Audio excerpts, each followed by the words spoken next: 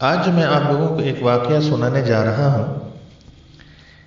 یہ بڑا ہی عجیب ایک واقعہ ہے بلی کی استقامت کا۔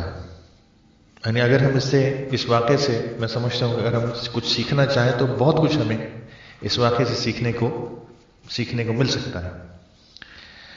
تو واقعہ سنتے ہیں کہ امام شعبی رحمۃ اللہ علیہ کہتے ہیں کہ ہم سے زیاد کے آزاد کردہ غلام عجلان جو اس وقت جو ہے درباری بھی تھا، بیان کیا کہ زیاد جب اپنے گھر سے نکلتا تو میں مسجد تک اس کے آگے آگے چلتا تھا۔ جب ایک دن وہ اپنے مجلس میں بیٹھا تو اس نے دیکھا کہ گھر کے ایک کونے میں بلی گھات لگائے بیٹھی ہے۔ زیاد نے اپنے سے کہا کہ دیکھوں تو صحیح کہ کرتی کیا ہے۔ پھر اس نے ظہر کی نماز پڑھی اور اپنی جگہ آ بیٹھا۔ پھر عصر کا وقت ہوا، عصر کی نماز پڑھی اور اپنی جگہ آ بیٹھا۔ ہر مرتبہ وہ بلی کو دیکھتا تھا۔ تو چنانچہ جب سورج غروب ہونے سے کچھ دیر پہلے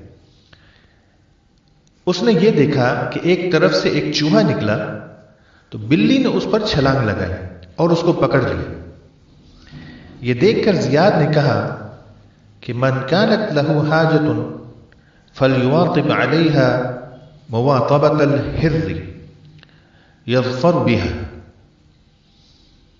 کہ اگر کسی کو کوئی ضروری معاملہ درپیش ہو تو وہ ایسی ہی مستقل مزاجی اختیار کرے جیسی بلی نے کی تھی تو وہ کامیاب ہو جائے گا۔